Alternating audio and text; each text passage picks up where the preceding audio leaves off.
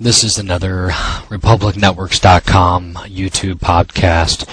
This is a continuing series. We recommend, if you haven't seen the initial part of this series, part 1, which is the differences between routers, switches, hubs, and firewalls, which is a general overview. This is part 3 and is overview light.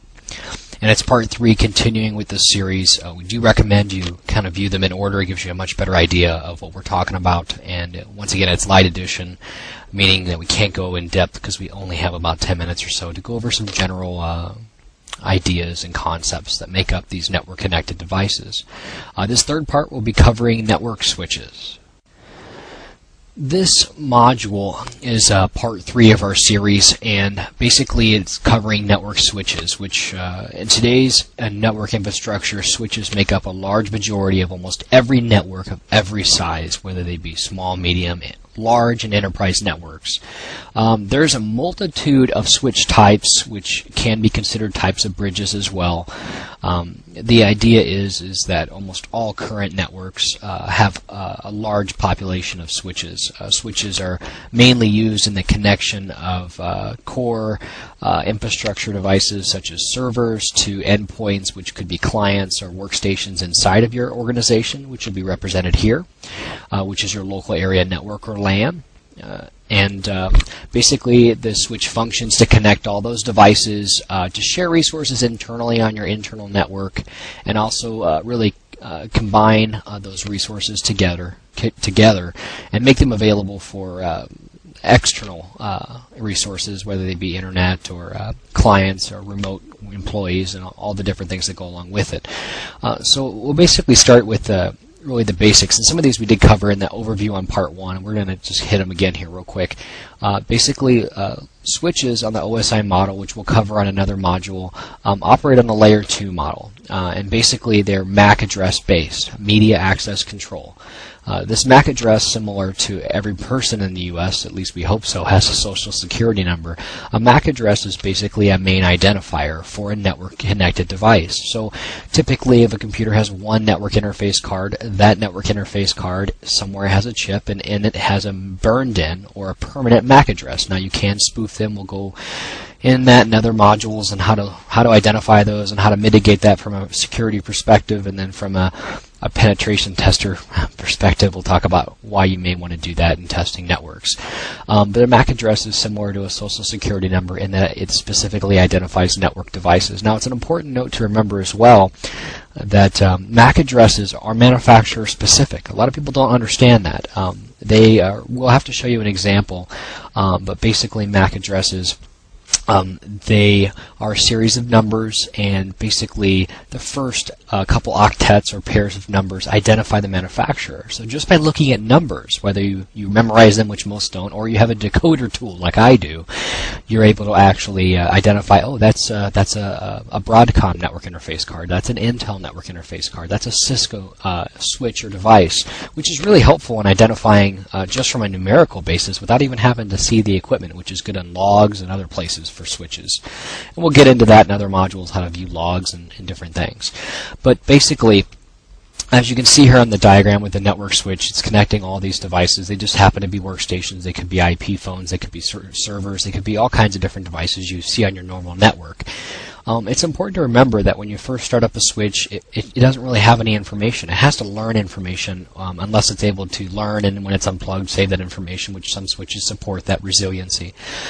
But most switches actually operate, and what they do is they have a little table similar to the routers inside the switch itself, which is here.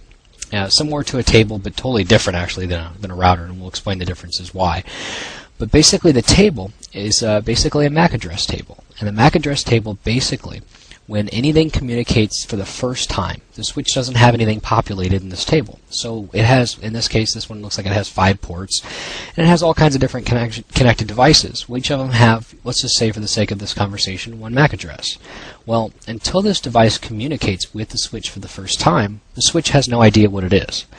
And so generally, whether that communication is initiated by a data request or it's done on an interval, which is basically an interval in which the machine, if you don't choose to communicate, the machine automatically comes out and tries to do a broadcast and possibly see where it's at. And in doing that communication, depending on the operating system that's providing that communication, whether it's Windows or Unix or whatever, basically, for instance, Workstation 1, when it talks to this, in this case, port 2, the switch actually populates port 2 with its MAC address. So the switch knows, hey, this computer is on port 2.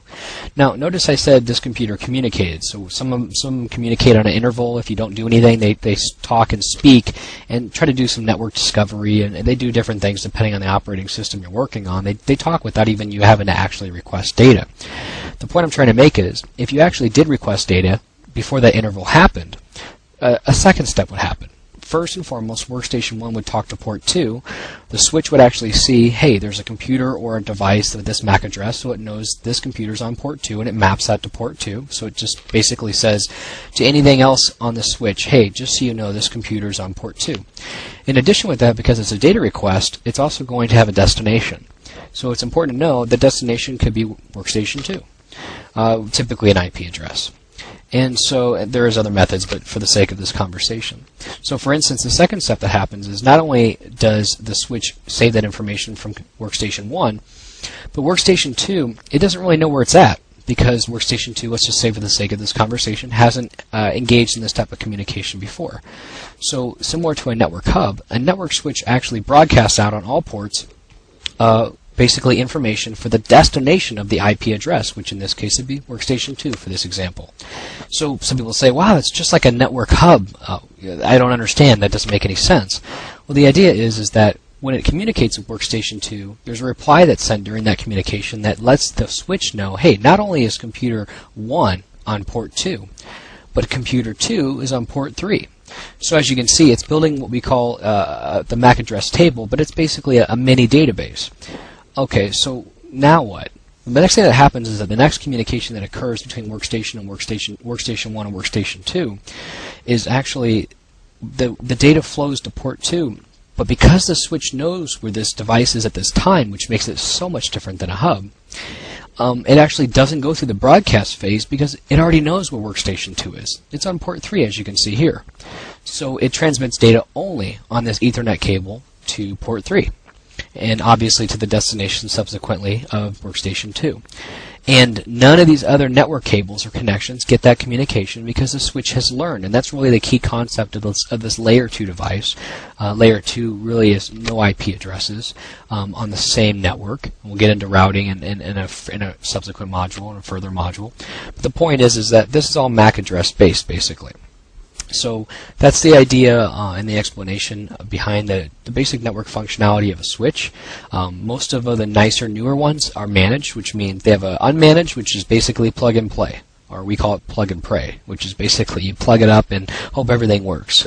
We like more control as network administrators and engineers, and so we prefer managed devices. Managed devices they look exactly the same in most aspects, but basically managed devices, you can program it to meet your network needs. You can give it an IP address. It may even have a little web address where you can log in and view statistics on the ports of how much data is flowing. It might even give you a chance to create VLANs and other higher level network managed information, and we'll get into that in another module. But that's what basically a network switch, managed network switch is. It provides you the functionality to be able to possibly turn ports on and off remotely through a web page. It may even provide telnet access, which is a DOS-looking screen, and we'll show you an example in a further module. And really a multitude of information. There are switches that are out there that provide quite a bit of information via a web interface. Cisco provides several different tools, both standalone applications that communicate with Cisco devices, such as network switches. A lot of other switch manufacturers, including Cisco as well, do include a web-based option where you don't have to install software. You simply connect to the switch's IP interface, and you log in via port 80, which is a web interface, or 443 for secured, And the idea being the ease of management and also making that switch work for your particular application, for your particular. You may, this switch alone, as an example, this has, it looks like 6 ports. You may only have 3 devices in a small network, and you may, because of security reasons, want to turn the last 3 off. And this web interface allows you to be able to do that. And that's one of the great advantages of a managed switch. Although they cost more, they provide you more security, control, flexibility, and management when it comes to deploying switches in your situation. We'll get into STP or spanning tree protocol, really what that means and why as a managed switch it's